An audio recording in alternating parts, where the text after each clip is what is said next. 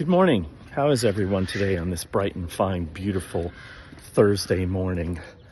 Can't believe this is a short week because of the Memorial Day weekend, and it's already Thursday. It's Friday Eve. Hey, you guys be quiet up there. Jeez. Well, I guess they have something to say, don't they? Yeah, so kind of went down this rabbit hole yesterday on YouTube, and I followed this video, this channel where they talk about tissue culture. Tissue culture is the process of taking a small amount of tissue of a plant and culturing it so that it grows and it creates identical clones of the mother plant. Well, because it takes so little plant material to do this, these places can make thousands, if not millions. The one video that I watched last night was they talk about making literally 3 million clones a year. And a lot of these are the plants that you see at nurseries. Well, I bought, I was jonesing for some new plants, so I saw that my favorite online banana plant seller, I think bananaplantsonline.com, a little shout out, that they had some new varieties in stock. So I went ahead and ordered 2 of them, and then he issued a coupon that said, buy 2, get 1 free. So I got 3 of them ordered. And these bananas are all through tissue culture. So I guess the process is once you take these little pieces of plant material, it's kept in a very sterile medium, and it's grown under lab conditions, and they use certain chemicals to mimic growing conditions, hormones and things like that a plant would need in nature. And these plants they go through cell propagation, and they grow and they grow new shoots, new leaves, and new roots, and eventually they get to a point to where they're big enough to plant into some type of planting medium, whether it be soil or whatever. Boom, you have a new plant. It's kind of fascinating to me. There's one girl, I should say young woman. I was interrupted by my workout app. Sorry. Anyway, this woman has a very successful YouTube channel where she talks about tissue culture, and she started it as a hobby, but she has turned it into her own little business. It's really fascinating to me, and it kind of appears that it's fairly easy to do. I might want to look into that. I don't know. I think it would be faster than growing things from seed. I don't know. It obviously much less expensive to grow things from seed, but when you grow things from seed, it can take 4 to 6, maybe as long as 10 years for a particular plant to actually fruit. Wow, that's a long time. I'm not a spring chicken anymore. I don't have that much time. I want fruit now. I was walking along and I thought, wow, these are interesting little plants. What are those blue tips? Yeah, they're metal. They're not real plants. Oh, what is this? Freedom is slavery. I don't know.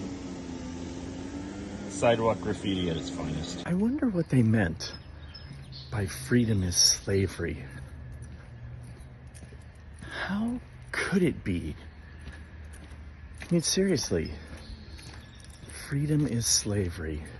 I'm gonna have to think about that for a couple minutes. Today I'm kind of doing an exercise walk. Just came down into a neighborhood. This is actually when my son was a little boy. This is where we would take him trick-or-treating, because it's all flat streets, and they're all about a block long, and they're all about a block apart. And so we would just walk from one to the other. And so that's kind of what I'm doing today. I'm just going back and forth and back and forth. This is an exercise walk day. I watched this great news report yesterday about one of our local KTLA weathermen, Mark Kriske, who had a stroke a year ago. And they were talking about stroke because May is Stroke Awareness Month. And the consultant doctor that they had on there, Dr.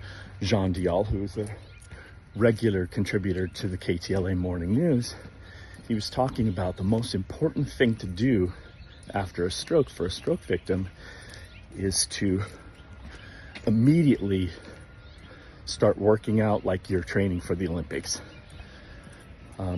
Move the body immediately. As soon as you get cleared, start moving the body and start exercising the brain. Do puzzles, try to learn a new language, do anything you possibly can. Oh my goodness. Oh, look at this. What happened here? Looks like something fell on this. Oh no. That's horrible. I actually have met the guy who owns that Volkswagen Beetle. I forget his name, but I've met him, and that's been in the neighborhood for years. Gosh, I wonder what happened to it. Anyway, back to what I was saying. So Dr. Jean Dial was commenting that the most important thing to do is to just work out both your body and your mind. And Mark Kriske, he commented on that, said that that's the exact process that he followed. And here we are, a year later, he's back to work. It's not 100%. He says that he'll never be 100% after a stroke like that, but he's doing much, much, much better. So, I'm trying to get the exercise I need. What I found a passion fruit vine just kind of underneath all of this bamboo. With a great big huge passion fruit on it and a ton of blooms. I mean, they're not open right now because it's early morning. But yeah, look at it, goes up over the top there. Not the best looking passion fruit vine, but at least there is a passion fruit vine. Whoa, and further back in the yard, this is the largest pineapple guava tree I've ever seen in my life. This thing's huge. Look at the trunk on that thing. Oh my goodness. What a huge tree. Oh, there's 2 or 3 of them here. Oh my goodness. Wow. Look at the size of that trunk. See, these are the kind of things that you see when you slow down and walk. Oh wait, here's something else that I gotta show you. Oh wow, look at this. Wow. That almost doesn't look real. Those are stunningly beautiful.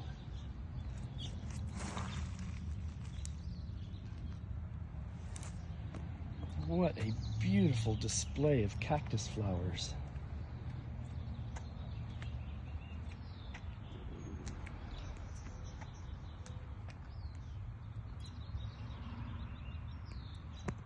Like I said, I wouldn't see this if I was riding a bike or just driving by.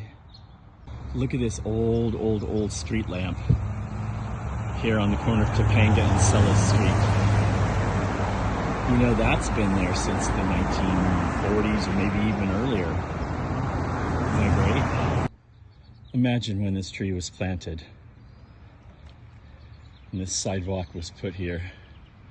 I'm sure it was just a little seedling. Now it's a massive eucalyptus tree. These are all over these side streets. And they've buckled the sidewalk in almost every case. City planners originally didn't realize how big those trees were going to get. As I zigzag back and forth down these streets, remember they're all a block apart and they're all about a block long. And originally all the houses were kind of sort of built around the same time. Well, one street is really nice, nice kept yards. A lot of the houses have been completely remodeled, really nice houses. Then the next street over are some older houses with unkempt yards and stuff like that. It's kind of interesting why one street would be like that and the next street over would be completely different. I mean, does maybe one type of people beget another type of people? I mean, is that being, well, I can't say racist because I don't know what race owns the homes. But obviously, whomever owns the homes on the nice street with the nice manicured lawns and front yards and flowers and trees and bushes, and then the next street over is weeds and dead grass and dirt and peeling paint and all that kind of stuff. Los Angeles has a lot of these what I call pocket neighborhoods, where one neighborhood, one street will be really, really nice, and then the next street over won't. The very first house that my lovely bride and I moved into in the Palms area of West LA was in a pocket neighborhood. The street that we were on was pretty decent. Wasn't the best, but it wasn't bad. But one street over in either direction, oh yeah, you would not want to walk down that street at night. And as a matter of fact, we would sometimes hear gunshots from a block away at night.